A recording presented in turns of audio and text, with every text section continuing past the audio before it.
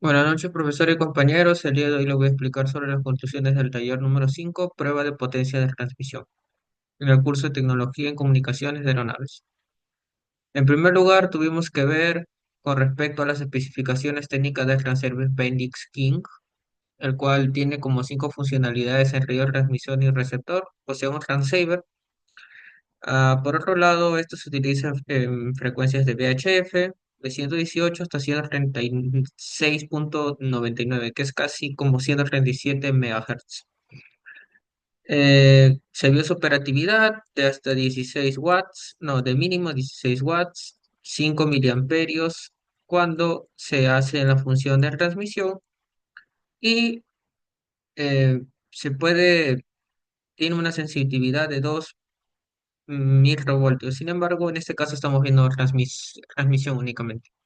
Con esta perilla, la más grande se mueve 1 MHz y con la perilla pequeña, que no está en esta ocasión, pero está en el taller, se mueve 25 kHz.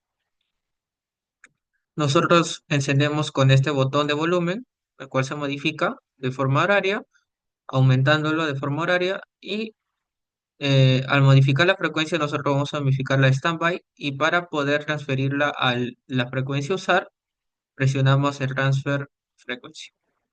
Cuando estamos transmitiendo, es decir, cuando presionamos el PTT, el push to talk, el cual conecta a tierra, el cual solamente es de forma breve, nos va a aparecer una T, que es decir, que está funcionando como transmisor.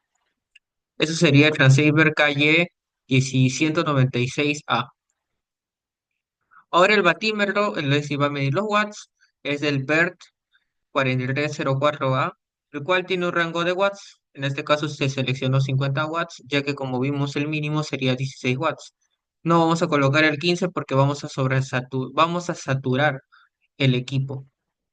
Se usa una pastilla BERT la indicada acá de entre 25 a 1000 MHz. Por ende, la VHF que comprende 118-137 MHz lo va a leer sin problema. Ahora, dentro de todos estos recuerdos solamente se leyó esta franja y las subdivisiones son como 5 por cada intervalo de 10 watts. Entonces eso involucraría cada subdivisión 2 watts. Cuando se hizo la lectura se vio que hay 5 miliamperios, 5 amperios, perdón. Y por ende eh, nos damos cuenta de que el transmisor está funcionando bien. Ahora les voy a explicar un poco mejor cómo fue ese el método de transmisión, ¿no? Cómo podemos hallar el Standing Wave Radio con respecto a las indicaciones de bateaje de potencia directa, es decir, si la pastilla indica así, y potencia reflejada, cuando la pastilla está en esta posición, como lo vemos en la imagen. Ahí, bueno, nos dividimos todo lo que es relacionado a las frecuencias. En mi caso fue no aprobado, ya que estamos sobrepasando el 2.62, vemos potencia directa 20, y en lo demás vemos que sobrepasa los 16 watts. Por ende, el transmisor está en perfectas condiciones, está transmitiendo más de 16 watts, que es el mínimo. Entonces, el transmisor, en este caso, no es el problema. Acá el problema es la potencia inversa, que se debe a un ROE o Extended Wave Radio, el cual, si bien no llega ni a cero, porque no está cortocircuitando, ni tampoco está abierto el circuito, es decir, la antena no se conecta, y si cortocircuitando, es decir, la antena o sea, no está pasando por la antena como de forma resistiva, está viendo no un acople de impedancias. Y ahora vamos a explicarlo cómo y por qué sucede eso. Acá hay una fórmula que con respecto a la potencia directa y forward, de F de forward y R de reflected, podemos hallar, ¿no? El ROE o Extended Wave Ratio 2.62. Esto nos indica el manual de Bert. También lo podemos haber hallado de acuerdo al gráfico, el cual si agarramos 24 aproximadamente 2.5 que se está yendo al revés, es decir, 2.6 aproximadamente. Entonces nos damos cuenta de que lo hallado de acuerdo a la fórmula y al gráfico son pertinentes, es decir, es ese ROE exactamente que estamos teniendo. Voy a explicar cuál es la posible causa de esa desunión de impedancia. Es decir, nosotros sabemos que todo el circuito que involucra el transmisor, la línea de transmisión, que es un cable coaxial, y después la antena, ANT, todo tiene que estar en resonancia, 50 ohmios idealmente. Puede variar, ¿por qué? Porque la antena y el transmisor va a dar a través de una caja de control em, diferentes frecuencias, va de 118 a 137. Y nosotros sabemos que solamente hay una frecuencia de oscilación.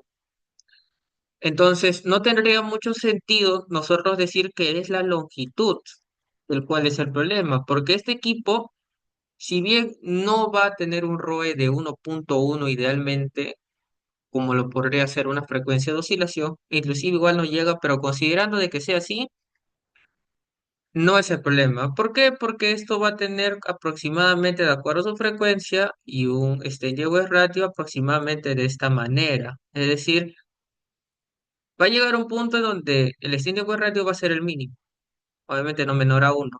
Y acá aproximadamente no va a pasar del 2, porque a nivel tecnológico, a nivel operativo, no debe sobrepasar del 2, que involucra 11% de pérdida de la potencia directa.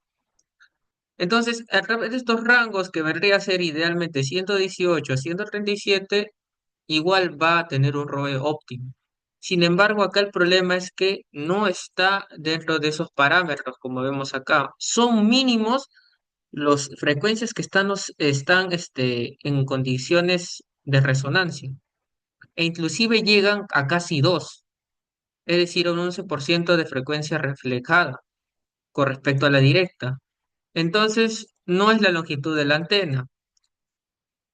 Ahora, los conectores BNC, que son de bayoneta, no es el problema, ya que de acuerdo a la lectura de antenas se vio de que si bien, ya que están correctamente acopladas, no hay deterioro, no hay corrosión, están bien soldadas, entonces la pérdida es mínima. E inclusive esto se puede usar un poco más a 200 megahertz. Puede ir hasta más de 1 gigahertz, sin embargo ahí hay atenuación, es otro tema.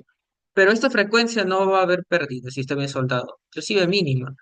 Inclusive, es más, a menos frecuencia de 200 nos dice que si no es un conector constante, es decir, es inconstante, pocas palabras, igual va a generar una pérdida mínima, o sea, en el ROE no va a influir. Entonces no es esto, no es el empalme, no es el empalme. El cable, la longitud del cable, tampoco. Bueno, mencionando el empalme, son 10 empalmes, entonces no va a influir. Es un diferencial, es mínimo. Ahora, la longitud del cable. La longitud del cable tampoco puede ser. ¿Por qué? Porque de acuerdo a Sergio de Radiofusión, su canal de YouTube, nos menciona que la longitud de cable va a afectar cuando la antena no esté resonando, es decir, la antena no esté bien acoplada. Es más, digamos que la longitud del cable va a influir en que no resuene la antena, todo genera un mismatch, como dicen, no hay un match dentro de todo el circuito. De 1 metro, digamos, 5 metros que necesitemos o 2 metros para conectar, dado en el taller, lo que se otorga en el taller, tú deberías eso multiplicado por 500 para tú poder reducir tu ROE. Es decir, tú no vas a aumentar ni disminuir a disminuir si es que tú no aumentas o disminuyes grandes cantidades de cable. Entonces, esto no es el problema. Además, el problema es que la antena no está bien acoplada, porque si es ideal, la longitud del cable nunca va a influir. Entonces, la longitud del cable no es el problema. El cable tampoco, porque tiene radios de curvatura óptimos, supera los 6 veces su diámetro mayor, de acuerdo a las normas EWIS.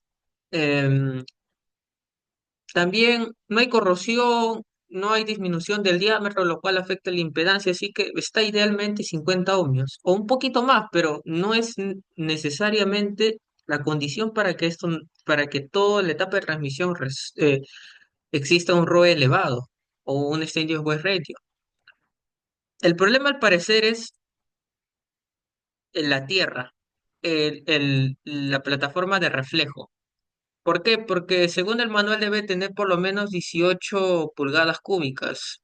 Y acá no se observa, bueno, por lo menos a mi percepción, no se observa 18 pulgadas cúbicas. O tal vez sí, pero el problema es que tiene que ser un conductor metálico o un conductor eléctrico el cual permita reflejar esta lambda cuartos de esta manera, acá, para completar un dipolo, digamos, idealmente un dipolo. Entonces, parece que esto no está reflejando, no tiene las mismas cualidades que el fuselaje del avión, entonces está generando una antena de diferente impedancia. Entonces, ¿eso qué genera?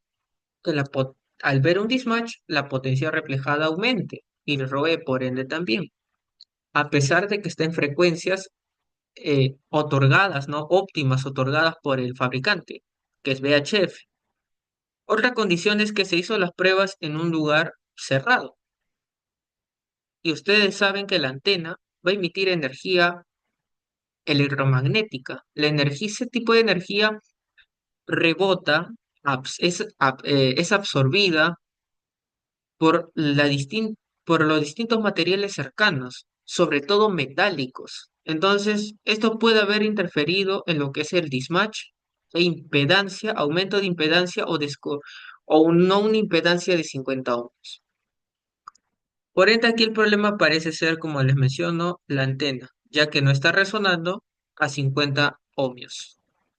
Y es decir, está aumentando su capacidad, no está aumentando de forma capacitiva e inductiva. Ahora, si bien muchas veces se puede aceptar un extended wave radio de res a uno o 1 a res, esto involucra en realidad un cuarto de la potencia directa de forma reflejada, es decir, tú mandas 100, 25% va a volver al transmisor. No te conviene porque casi un cuarto de la información que estás mandando estás perdiéndolo. Por ello se recomienda un extended wave radio de 2 a uno, ya que solamente hay una pérdida de 11%. El uno a uno es ideal, no existe. Toda la información no se va a poder mandar porque siempre va a haber desbalances por cuestiones capacitivas e inductivas que pueden haber en la antena. Bueno, y en otros componentes como el cable coaxial. Eso sería todo por este video y muchas gracias por haberme escuchado.